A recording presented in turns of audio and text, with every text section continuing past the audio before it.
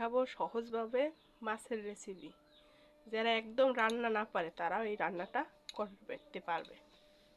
প্রথমে আমি গ্যাসটা অন করে নিলাম, পরিমাণ মতন তেল দিলাম। এই তেলেই রান্নাটা কমপ্লিট হয়ে যাবে, মশলা কষান ছাড়াই। দেখবেন কতটা সহজভাবে মাছটা রান্না করি, আর খেতে দুর্দান্ত লাগে। লবণ দিয়ে দিলাম পরিমাণ মতন,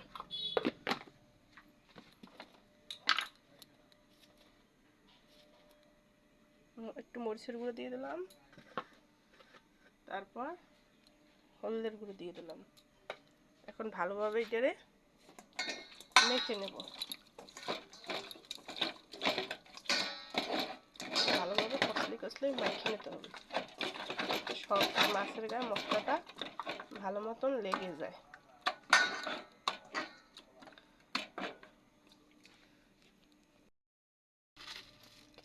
ভালো মতন মাখা হইলে পর জিরাটা দিয়ে দেবো ফোড়নের জন্য। এটা কোনো মশলা কষাই রান্না করবো না, একবারে সব মশলা দিয়ে রান্না করবো। জিরাটা ভাজা হোক, তারপর মাছটা দেব।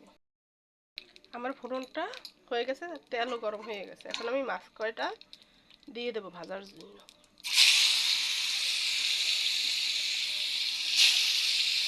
আমি কিন্তু আর কোনো তেল ব্যবহার করবো না রান্নার জন্য, এই যতটুকু দিলাম।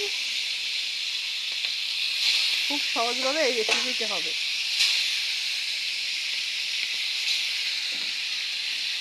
এই মাছের ডোবাজিটা এত টেস্ট লাগে, যে কোনো বড় মাছ বা ছোটো মাছ দিয়ে এরকমই রান্না করা যায়, কিন্তু অনেক ভালো হয়। আর এর থেকে আর সহজ কোনো রান্না, খাইতে দুর্দান্ত লাগে, অনেক স্বাদ হয়। মাছ এক পিঠ হয়ে গেছে, এখন আমি উল্টাই দেবো।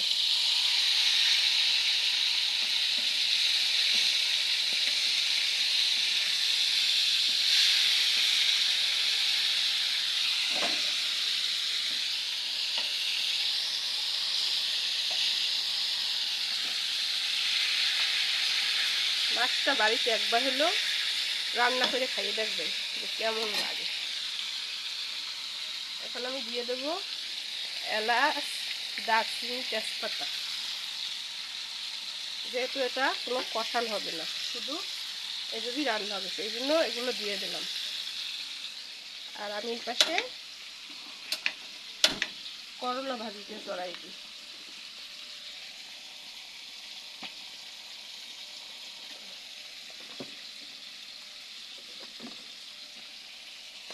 তেলটা গরম হোক। আর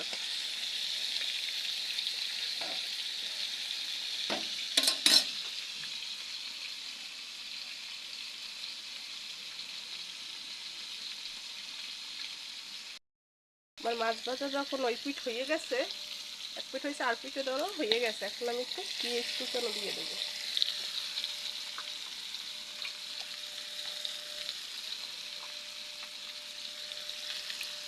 একটু কাঁচামরিচ,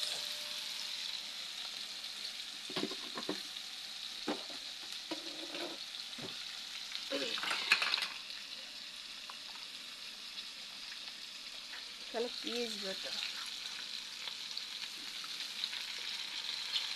3 চামচ পেঁয়াজ বাটা,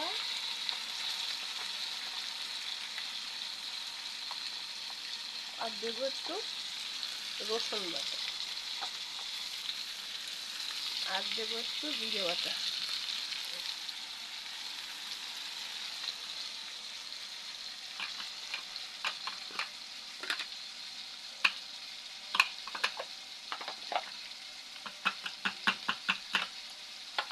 জিরে বাটা দেওয়ার পর একটু আদা বাটা দিলাম। এবার আদাটা বের করে রাখতে মনে ছিল না, তাই জন্য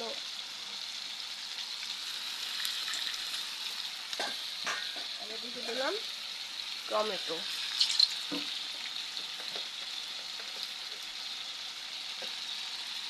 হলুদের গুঁড়ো,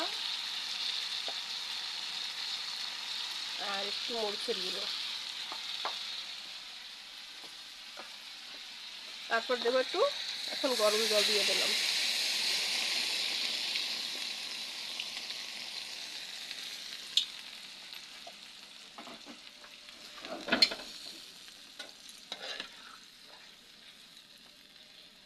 জলটা দেওয়ার পর এখন আস্তে আস্তে হোক।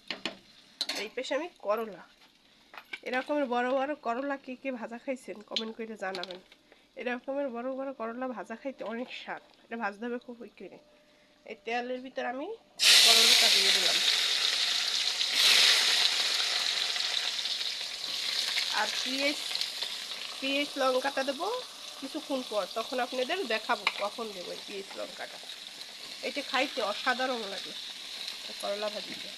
কুচানো খাওয়াটা এক স্বাদ, বড় বড় খাওয়ার এক স্বাদ, আবার শুধু তেলে করলা ভাজা বড় বড় চাক চাক খাইতে আরেক স্বাদ লাগে। ঠিক আছে, এখন আমি একটু দিয়ে দেবো হলুদ পরিমাণ মতো, আর দেবো লবণ।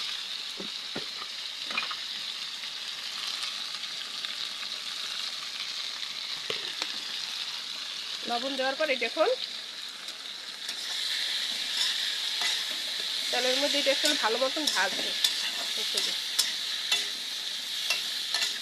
লাল লাল করে যখন ভাজা হয়ে যাবে তখন আমি পেঁয়াজ অ্যাড করবো, পেঁয়াজ আর মরিচ।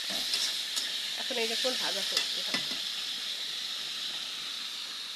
আর এই পেশে আমার মাছের ডোবা দিতে হচ্ছে আছে, আমার মাছের ঝোল ফুটতে আছে, মানে মাছ ডোবা দিতে। আর করলা ভাজিটা এই পর্যায়ে আসলে পর যখন এইরকমের ভাজা আসবে তখন আমার পেঁয়াজ আর লঙ্কা, আর অনেকে রসুন পছন্দ করেন কিন্তু রসুনটা দিতে হইবে যখন ওই যে ইটা ভাজতে হইবে, তখন আস্তে আস্তে কোয়া দিতে রসুন দিয়ে দেওয়া যায়, তাহলে আরও ভালো লাগবে করলা ভাজি। আর লবণটা যার যার স্বাদ মতন দিবেন।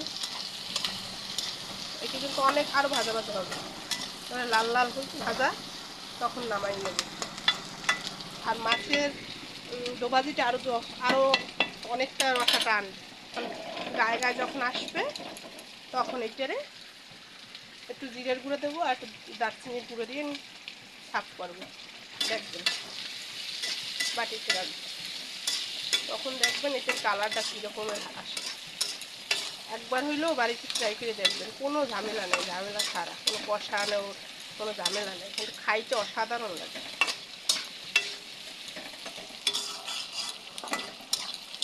আর এইরকমই করে করলা ভাজি করে তো কথাই নেই, বাচ্চারাও খাবে। পিঠে তো লাগার কোনো চান্সই নেই, এটা ঢাকিয়ে কোনো ভাজা করতেছি না, এটা একেবারে এইরকমই ভাজতে থাকবো, লাল ফ্রাই হয়ে যায় একেবারে। আলুগুলোর ভাজা ভাজা হয়ে যাবে এইরকমের, অনেক সুন্দর মতো ভাজা হয়। আর এই যে পেঁয়াজটাও এখন একেবারে দিয়ে দেবে, আর আগে দিলে তো পেঁয়াজটা পুড়ে যেত, তাই জন্য পেঁয়াজটা পরে দিই।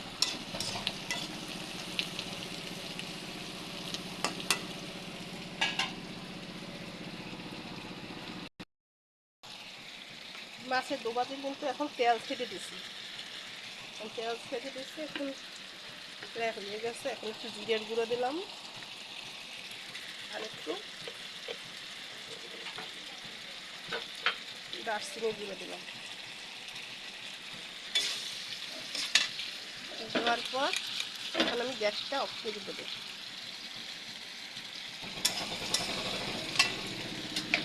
চুলা অফ করে দিচ্ছি।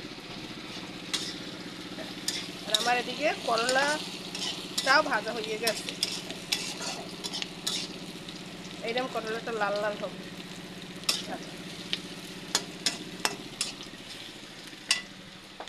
আমার করলাটাও ভাজা হয়ে গেছে, অফ করে দিলাম। এখন আমি আপনাদের পরিবেশন করে দেখাবো কী রকমের হয়েছে। দেখছেন তেল কতটা ছেড়েতেছে, এই সময় আপনাদের রান্নাটা মনে করবেন হয়ে গেছে।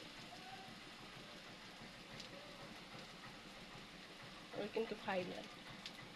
আর এই আমার করলা ভাজি, এখন আমি এইটা উঠাইয়া মিক্সি বাটিতে।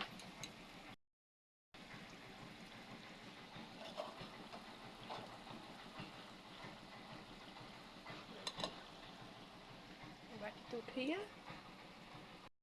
এটা রান্না হয়ে গেছে।